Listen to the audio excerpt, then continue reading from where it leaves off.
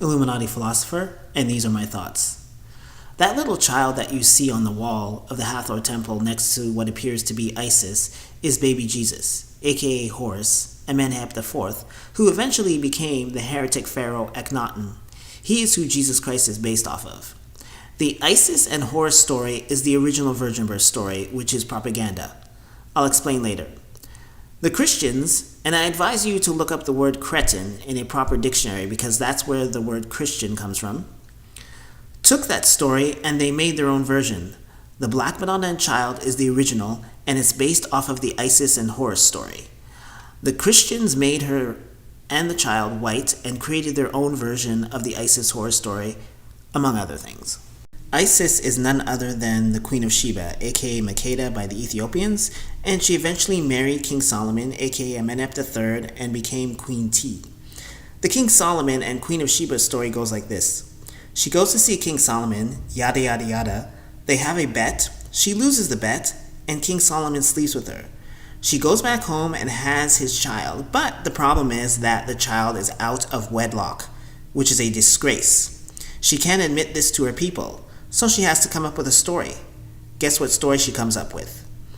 She eventually goes back to King Solomon, aka Amenhotep III, gets him to claim their son, marry her, and you see the elevation of their status. That is what this image represents. So this temple was done after the fact, meaning that he already married her, he already claimed the son, and then eventually this temple was erected to validate their ascension. These lying historians are going to tell you that Ptolemy XII built this temple and that Cleopatra and her son Caesarion are on the wall. A flat-out lie.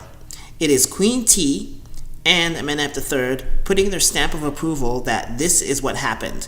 The Queen of Sheba, Isis, presents herself and son to the king. He accepted them, and then you see the elevation of their status behind them. This whole scene is validating their ascension, twice. Interesting fact, the Bible has a habit of saying things twice. We all know how a child is made.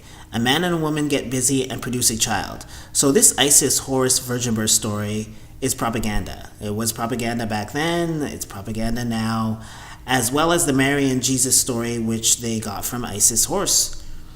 Seriously, white people have been deceitful about Black and African history throughout the centuries, but we are still believing their narrative about Black and African history. Just boggles my mind. A huge mind job has been perpetrated on mankind, and we should not let that go. Keep exposing the truth.